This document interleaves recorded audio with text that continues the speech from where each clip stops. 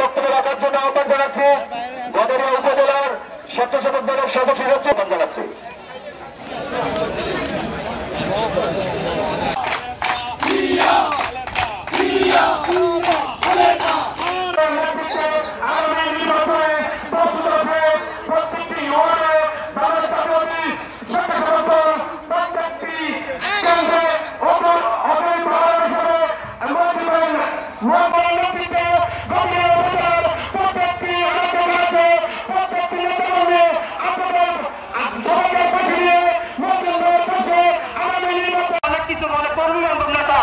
অমুক নেতা তমুক নেতা এই 17 বছর কোথায় ছিলেন তো এই কর্মীর নেতারা? যখন রাজপথে আমরা আন্দোলন ছিলাম, যখন রাজপথে আমরা সংগ্রাম ছিলাম, একমাত্র মন্ত্রী ছাড়া আমাদের ব্যবহার হয়েছে।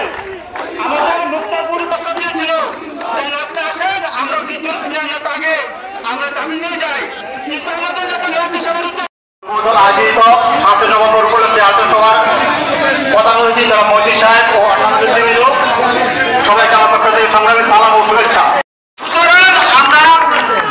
আমাদের মাঝে সব ছাত্র দলের আহ্বায়ক রোমান আহমেদের নেতৃত্বে বিশাল মিছিল নিয়ে আসছে। রোমান সহ সকল নেতৃবৃন্দকে অনেক ধন্যবাদ এবং সকলকে আসন নিয়ে বসার জন্য অনুরোধ জানানো হচ্ছে। আমাদের কেন্দ্রীয় নেতৃবৃন্দকে অনুরোধ, আপনারা এসে দেখেন মুন্সিগঞ্জের জনসমর্থন কাজ একমাত্র মন্ত্রী সবার মুন্সিগঞ্জের জনসমর্থন 80%, আর অন্যান্য যারা নবী পঞ্চায়েত সবার মিলে 20% হবে না। তাই মুন্সিগঞ্জ আমাদের প্রাণের দাবি, মুন্সিগঞ্জ 3 আসনে যারা মন্ত্রী সাহেবকে আমরা এমপি সাহেব পেতে চাই, এই সাথে আমরা প্রচেষ্টা করছি। ধন্যবাদ সবাইকে। আমাদের মাঝে উপস্থিত হচ্ছেন শহর বিএনপি সিনিয়র সহসভাপতি এবং জেলা বিএনপির সদস্য শহীদুল ইসলাম সহ কমিশনার।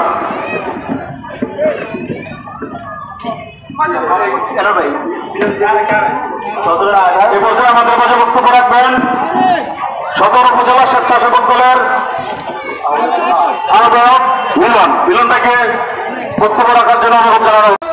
বিভিন্ন কর্মসূচি, কেন্দ্র ঘোষিত সকল কর্মসূচি আমরা সফলভাবে বাস্তবায়ন করেছিলাম। বন্ধুগণ, ইতিমধ্যে আমরা দেখতে পাচ্ছি যে মুন্সিগঞ্জ জেলার 3টি সংসদীয় আসনের মধ্যে 2টি সংসদীয় আসন ইতিমধ্যে ঘোষণা করেছে। অত্যন্ত আশ্চর্যের বিষয়, খুব গুরুত্বপূর্ণ, ভৌগোলিকভাবে খুবই গুরুত্বপূর্ণ একটি নির্বাচনী আসন মুন্সিগঞ্জ 3। এই আসনের এখনো যারা শিশুর যোগ্যার্থী তাকে ঘোষণা করা হয়নি। আমরা আমাদের বিএনপির নির্বাচনের ধানেশী সরকারদারি হিসেবে দেখতে চাই। আমরা দেখেছি বিভিন্ন নেতা বিভিন্ন সময় তারা নিজের জামিন নিয়ে যেতে চেয়েছিল, কিন্তু যত প্রতিকূলের মাঝে আমরা তাকে পেয়েছি। তো আমাদের এ পর্যায়ে আমাদের মাঝে বক্তব্য রাখবেন 3 নং ওয়ার্ড শহর বিএনপির 3 নং ওয়ার্ডে জানানো হচ্ছে। দিবস উপলক্ষে আয়োজিত মুন্সিগঞ্জ জেলা যুবদল ছাত্রদল স্বেচ্ছাসেবক দল মুন্সিগঞ্জ পৌর বিএনপি জেলা বিএনপির আসসালামু আলাইকুম। আমরা একটি ঐতিহাসিক ঘরে দাঁড়িয়ে আছি। আমরা একটি প্রতিষ্ঠার সাথে দেখেছি 2024 সালে। এই 2024 সাল পর্যন্ত আগামী জাতীয় সংসদ নির্বাচনে তার মতো কর্মী বান্ধব নেতাকে যেন দল অন্যথায় মুন্সিগঞ্জ জেলা বিএনপির সাংগঠনিক শূন্যতা আরোপ করবে। চিন্তিত ভাবে আমাদের এই তৃণমূলের এই অবজারভেশনকে তৃণমূলের মতামতকে নির্বাচনে বাংলাদেশ আপনার বক্তব্য সমালোচনা বক্তব্য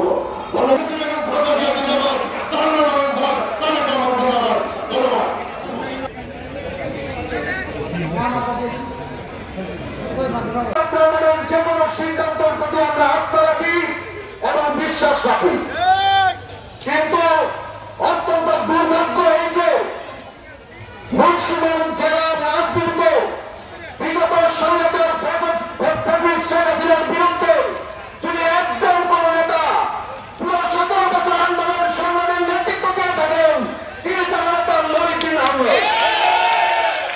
আমরা তখন রাজপথে নেমেছি, আমরা যখন পুলিশের বুলেটের সামনে দাঁড়িয়েছি, তখন আমাদের পিছনে শক্তি হয়েছিলেন একটি নাম, তিনি জনতা মহিউদ্দিন আহমেদ। অথচ মুন্সিগঞ্জের 3টি আসনের মধ্যে 2টি আসনের মনোনয়ন ঘোষণা করা হয়েছে। আর তৃতীয় যে আসন মুন্সিগঞ্জ 3, সেই আসনটি রাখা হয়েছে দ্বিধাদ্বন্দ্বের মধ্যে। আমরা কোন যুক্তিতে এই দ্বিধাদ্বন্দ্ব মেনে নেব? যদি আপনি জনপ্রিয়তার ভিত্তিতে নেতৃত্ব নির্বাচন করেন, তাহলে মহিউদ্দিন তার চাইতে জনপ্রিয় লোক আর কে আছে বলতে হবে। যদি আপনি ভোটের পরিসংখ্যানের হিসাবে করেন, তাহলে মুন্সিগঞ্জের মহিউদ্দিন তার যে ইউনিয়নে বসবাস করে সেই 50,000 ইউনিয়নে 70,000-এর অধিক ভোট রয়েছে।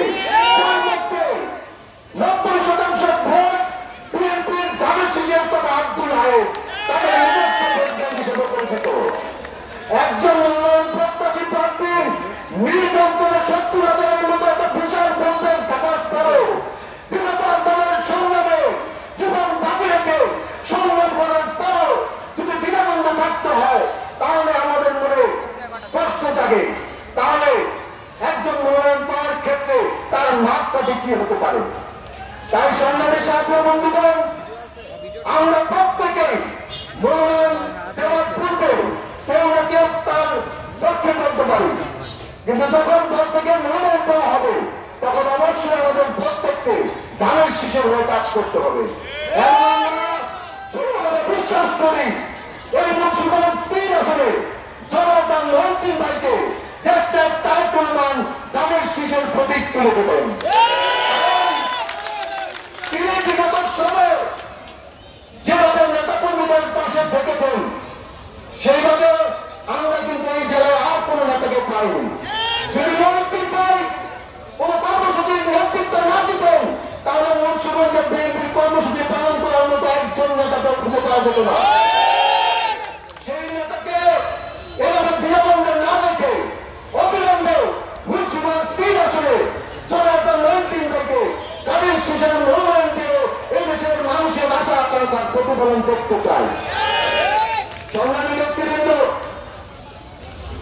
আজকে আমরা যে মঞ্চটি যেখানে করেছি, এই মঞ্চটি যে রাস্তার উপর দাঁড়িয়ে, সেই রাস্তাটি এর পূর্বে একটি খাল ছিল। মুন্সিগঞ্জ শহরের আজকে যে আমরা অবকাঠামোগত পরিবর্তন দেখি, যে উন্নয়নের ছোঁয়া দেখি, সেই উন্নয়নের ছোঁয়া কার হাত ধরে হয়েছিল? আপনারা সবাই তার নাম জানেন, আলহাজ আব্দুল হাই। শুধু বিএনপির একজন কর্মী হিসেবেই নয়, এই অঞ্চলের একজন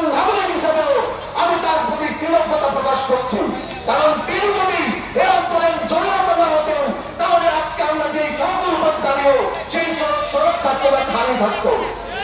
তাই সংগ্রামী নেতৃবৃন্দ আব্দুল হাই তার সারা জীবনের রাজনীতিকে এই অঞ্চলের যেভাবে আপনি রেখেছেন, যেভাবে নেতৃত্ব দিয়েছেন, যেভাবে প্রতিটি ঘরে তাদের শীর্ষে পৌঁছে দিয়েছেন, তাই তার অসুস্থতার পর তার জায়গাতে যিনি নেতৃত্ব দিয়েছেন, নেতৃত্ব দিয়ে দক্ষতার সাথে প্রমাণ করেছেন তিনি কতটা যোগ্য, সেই নেতাকেই আমরা এই অঞ্চলে ধানের শীষের বহুমানুষ করতে চাই। আপনারা সবাই সেই জননেতা আমার আব্দুলের জন্য দোয়া করবেন যেন তিনি সুস্থ থাকেন, এবং আমি বিশ্বাস করি তিনি যদি দোয়া করেন এই মুন্সিগঞ্জ ঠিক আছে যার জন্য দোয়া করবেন তিনি কিন্তু মনোনয়ন পাবেন। আমরা তার সাথে কাজ করেছি দীর্ঘদিন, তার স্নেহ পেয়েছি, আমরা জানি তিনি নেতা হিসেবে কতটা মহান ছিলেন। এই মহান নেতার প্রতি আমাদের কৃতজ্ঞতা থাকা উচিত, তার পরিবারের প্রতি আমাদের দায়বদ্ধ থাকা উচিত।